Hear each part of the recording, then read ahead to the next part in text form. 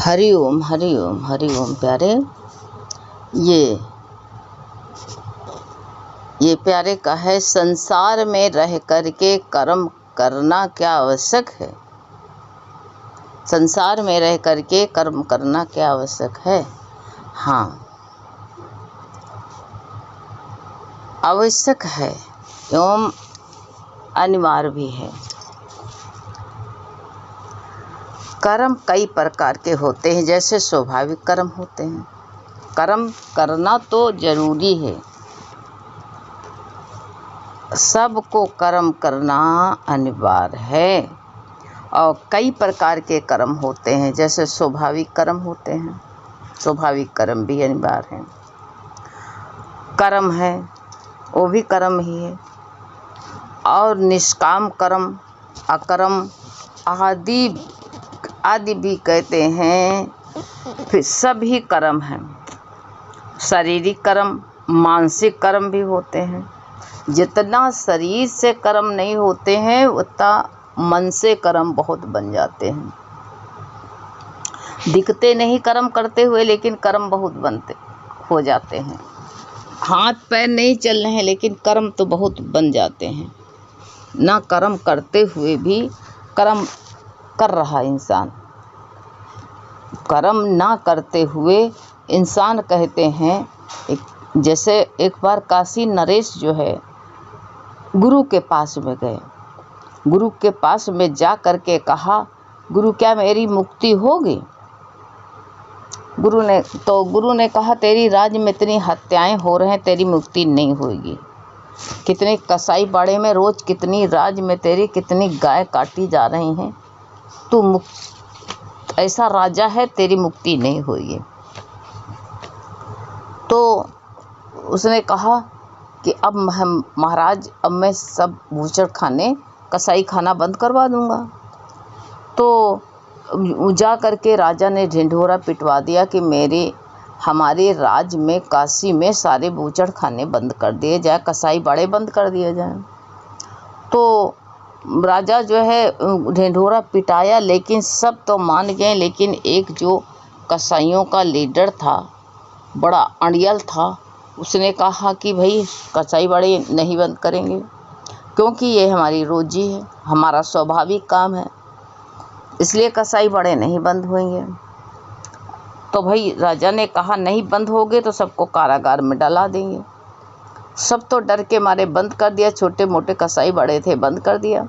लेकिन जो बड़ा अड़ियल था, अड़ियल ने कहा, भले से हमको जेल में डाला दो, लेकिन हम गाय काटेंगे ज़रूर, हमारा कसाई बड़ा नहीं बंद होगा। राजा हो तो क्या है, हमारा धंधा बंद कर दोगे, धंधा मेरा चलेगा। नहीं माना। राजा ने सिपाहियों को भेजा तो देखा नहीं माना। तो राजा ने उसको पकड़ करके कर्म की गति, कर्म कैसे इंसान करता है, कर्म करने वाले को कोई रोक नहीं सकता है। उसको हाथ पैर बांध के डाल दो तभी तो पैर हाथ से नहीं करेगा कर्म, लेकिन वो मानसिक कर्म तो उसके बहुत होंगे, मन से करेगा। काशी नरेश कारागार में डलवा दिए गए। दीवार तो पक्की थी, लेकिन ज़मीन कच्ची थी। एक घड़े में पानी पीने को दिया गया। अब उसने क्या किया, वही से घड़े से पानी बट्टी गीली कर ली, और गीली करके उसने क्या किया, कहा हमारा बिजनेस नहीं ख़त्म होगा। उसने मट्टी के 100 भैंसा बनाए, 100 भैंसे बनाए उसने। और बना करके तलवार कहाँ ढूंढने जाए, क्योंकि तलवार वहाँ उपलब्ध नहीं हो सकती है। तो इसने हाथ की तलवार बनाई। कहा, 1 बलि, 2 बलि, 3 बलि, रोज़ मैं बलि देता हूँ, मेरी 1 कुर्बानी, 2 कुर्बानी, ऐसे कर कर के 50 भैंसे बनाए और 50 की कुर्बानी दे दिया। फिर राजा गया गुरु के पास में। काशी नरेश गुरु के पास में फिर गए। कहा, महाराज, अब तो मेरे राज्य में बूचड़ खाने बंद हैं, सब जितने कसाई बाड़े, और जो है आप जो है अब तो हमको जो है अब तो मेरी मुक्ति हो सकती है। राजा ने कहा, क्या मुक्ति हो सकती है, अभी भी 50 बलि तेरे भैंसा काटे जा रहे हैं, नहीं मानता है, चल तेरे को दिखाएं। गुरु काशी नरेश को लेकर के गए और जब ले गए तो देखा वो हाथ से भैंसा बना करके भैंस वही घड़े के पानी से मट्टी से आना और 50 घड़े बना दिया, भैंसा बना दिया, वही मट्टी से गढ़ दिया। तो अब वो यही कह रहा था, एक तलवार मारी मैंने, एक कुर्बानी दी, 2 कुर्बानी दी, 3 कुर्बानी दी, यही जो है रटना लगाया था वो। तो कहा देखो देख अभी भी कितनी कुर्बानी दी जा रही। राजा ने कहा सच बात गुरु, कोई रोके से रुक नहीं सकता है। अब ये तन से तो नहीं कर रहा है, भैंस तो नहीं लेकर के आ रहा है, लेकिन देखो ये मट्टी की बना करके बलि दे रहा है। ये क्यों? क्योंकि इसे अपना धंधा नहीं छोड़ना है। धंधा माने स्वभाव। ऐसे मान लो धंधा तो है बाहरी होता है, लेकिन इंसान का स्वभाव, अब स्वभाव जिसका बन गया है वो क्या करेगा? वो तो मानेगा ही नहीं, क्योंकि उसका स्वभाव बन गया है। तो जिसका स्वभाव जैसे बन जाता है वैसे ही बना रहता है। ऐसे कर्म की गति जो बता रहा है, ये जो है कर्म कई तरह के होते हैं। निष्काम कर्म होता है, अकर्म कर्म करके अकर्म करते, शारीरिक कर्म जो होता है, कितने सवेरे उठे मानसिक कर्म भी होते हैं। शरीर चल रहा तुम्हारा, लेकिन जो है लेटे हो, लेकिन मानसिक कर्म बहुत होते रहते हैं। वो कोई को दिखाई नहीं देते, लेकिन कर्म तो हो रहे हैं जीवन में। ये जो है जीवन ही कर्म है।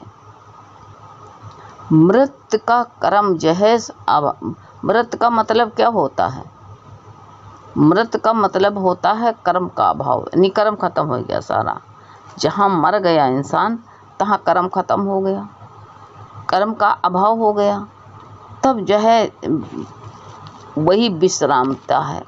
लेकिन जब अगर कर्म लेके मरेगा तो ये कीड़े की तरह वहाँ भी रेंगता रहेगा। इसके दिमाग पर जो है एक मानसिक कीड़े जो घुस गए हैं, ये एक इंसान का मैंपन का, कि मैं कर्म करता हूँ मैं नहीं करता हूँ, तो वो कोई निकाल नहीं सकता है। तो इसीलिए शारीरिक कर्म मानसिक कर्म होते हैं और मानसिक भी होते हैं। तो कहते हैं जीवन ही कर्म है। और मृत भी कर्म है, लेकिन मृत तो है कर्म का अभाव। मृत जो है कर्म का अभाव होता है। कर्म का आरंभ जन्म के साथ ही होता है, समझ जाओ। कर्म का आरंभ जो है, जब पहले आदमी जैसे जन्मता है वैसे कर्म भी साथ साथ जन्म ले लेते हैं। और जिसके कर्म है उसी के साथ कर्म साथ जन्म लेते हैं, दूसरे किसी के नहीं जन्म लेंगे। हमारे कर्म हैं, हमारे कर्म ही मेरे साथ जन्म लेंगे। हम जो कहें नहीं मेरे साथ हम दूसरा रहता है, मेरे कर्म उसके ट्रांसफ़र हो जाए तो नहीं हो सकता है ना। जिसके कर्म है उसी के पास में रहते हैं। इसलिए जो बताया गया है, गुरु बार बार यही हमको जो है समझाते हैं और बात बताते हैं कि जो है ये इंसान मृत्यु ही कहते कर्म है। तो मृत में कहते हैं कर्म रोकने की आवश्यकता नहीं है। ये जो मृत का सिलसिला चल रहा है, तो इसको बताया यह मृत पर्यंत जो है चलता ही रहता है, जब से पैदा हो तब से चलता रहता है। इसलिए जीवन में कर्म रोकने का किसी का जो है अधिकार नहीं, कोई जल्दी रोक भी नहीं। अधिकार है, कर्म का अभाव हो सकता है लेकिन रोका नहीं जाता है। रोकना जो है असंभव है, कोई रोक नहीं सकता है। तुम क्या क्या रोक लोगे? पलक झपकाना रोकोगे कि आँख खोलना रोकोगे? क्या क्या रोक लोगे बताओ? इसलिए कोई रोक भी नहीं सकता है, कोई नहीं रोक सकता है। ये सोच जाना, किसी के बस में नहीं है कि कोई रोक दे, कोई नहीं रोक सकता है कर्म। तो इसलिए गुरु बार बार कहते हैं कि कर्म रोकना असंभव है। गीता में भी कहा है, क्षण मात्र भी 7वें अध्याय में बताया है। 7वें अध्याय में बताया है कि जो है क्षण मात्र भी कोई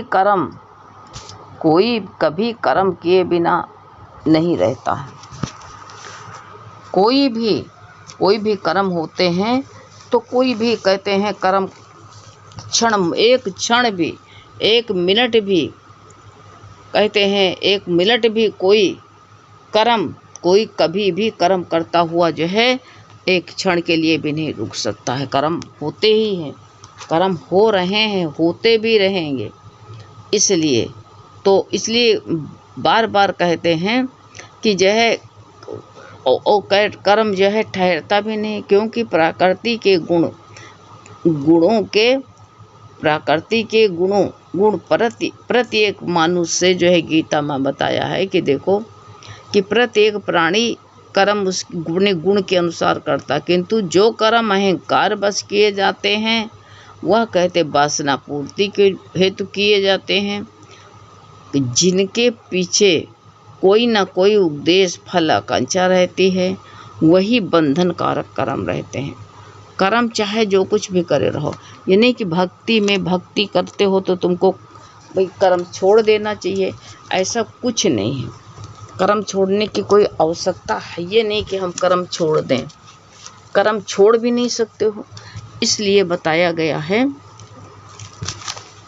कर्म अवश्य जरूरी है, कर्म करो, कर्म की छोड़ने की कोई आवश्यकता है ही नहीं।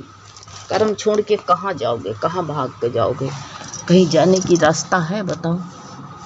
जब तुम्हारा शरीर है, पेट है, तो कर्म तो करना पड़ेगा हर एक। जैसे मान लो नौकर चाकर लगे हुए हैं और तुम कहो कि हमारे तो नौकर चाकर लगे हुए हैं, हमको कर्म की कोई आवश्यकता, हम नहीं करते हैं। लेकिन रोटी तो चबानी पड़ती है कि पीस के डाल लेते हो, रोटी तो चबानी ही पड़ती है। इसलिए जो है ये ना कहो कि हम कर्म नहीं करेंगे, कर्म का सिलसिला चलते रहे दो।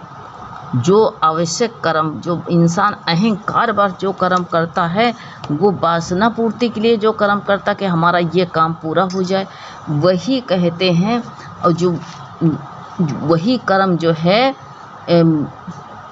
पीछे से कोई फल की इच्छा रहती है, वही कर्म बंधन कारक बनते। नहीं कर्म कोई नहीं बांधते। राजा जनक को तो नहीं बांधा कर्म, राजा जनक तो सब कर्म करता रहा, कोई कर्म उसको बांधे नहीं बांधे, सब कर्म करता रहा। ये कहते हैं कर्म बंधन का कारण नहीं बनता है। जिस कर्म को हम कर्ता भाव से करते हैं वही बंधन कारक बनता है कि मैं कर रहा हूँ, मैंने किया है।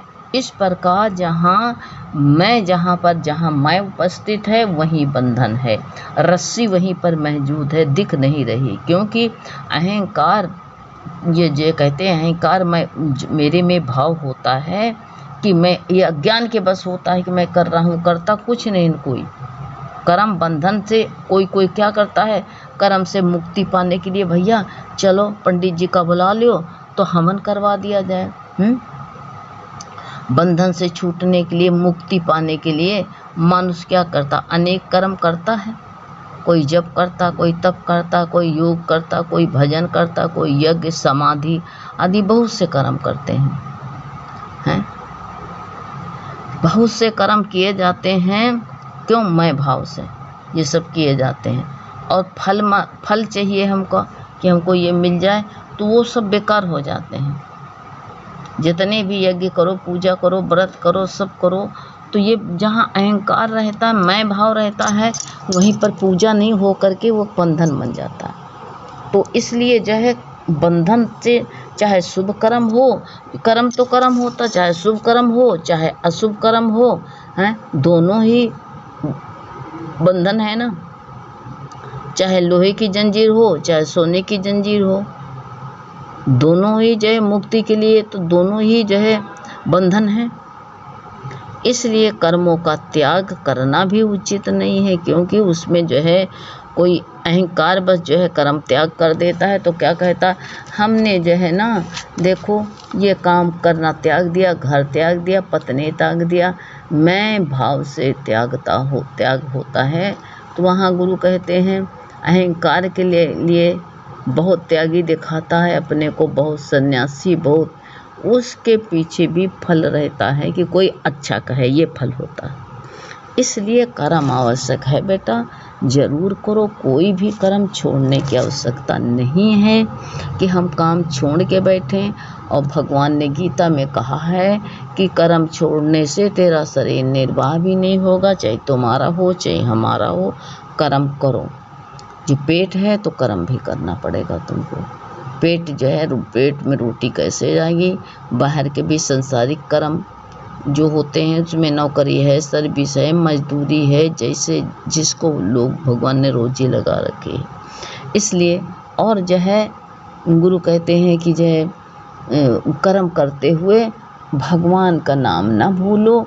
सबसे बड़ी पूजा, सबसे बड़ा जाप, सबसे बड़ा महामंत्र यही है, और यही जीवन में लगाओ। सही बात, तुम सोचते हो ये बात मन में कभी आ जाओ तो ना कर्म करते तो ठीक रहा, लेकिन कर्म बेटा करो ज़रूर हैं। हरि